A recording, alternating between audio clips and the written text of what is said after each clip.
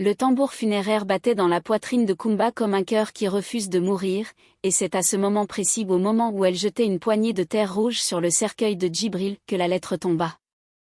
Personne au village de Diok n'avait prévu que ce jour des funérailles révélerait un secret capable de remodeler 40 années de mensonges, de sacrifices silencieux et d'amours impossibles. Comment une enveloppe jaunie, glissée entre deux feuilles de son indigo funéraire, pouvait-elle contenir autant de tonnerre? 3 questions explosaient dans l'esprit de chacun en voyant Kumba, l'épouse du défunt, chanceler en lisant ces mots. Pourquoi Djibril avait-il gardé cette lettre collée à sa peau pendant 4 décennies? Qui était vraiment cette femme en boubou blanc, celle qui s'était écriée en voyant le corps, et pourquoi ses larmes coulaient elles comme des rivières éternelles? Et surtout, combien d'autres secrets dormaient sous les dalles du cimetière ancestral de Diok? Le griot Mamadou, assis au pied de l'arbre à palabres, sentit le frisson des esprits ancêtres. Les 3 indices mystérieux étaient là, invisibles mais tangibles, la lettre jaunie, les 2 anneaux d'or que personne n'avait jamais vus au doigt de Djibril, et cette cicatrice en forme de cœur sur son épaule gauche qu'on avait toujours cru accidentelle. 3 signes qui allaient redessiner le visage même du destin.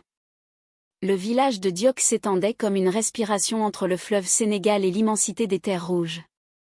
Les maisons aux toits de chaume se regroupaient autour de la place du marché, où les femmes vendaient des mangues aussi parfumées que des secrets de sorcières, où les artisans travaillaient le cuir et l'or avec la patience des gens qui savent que le temps appartient à ceux qui savent l'écouter.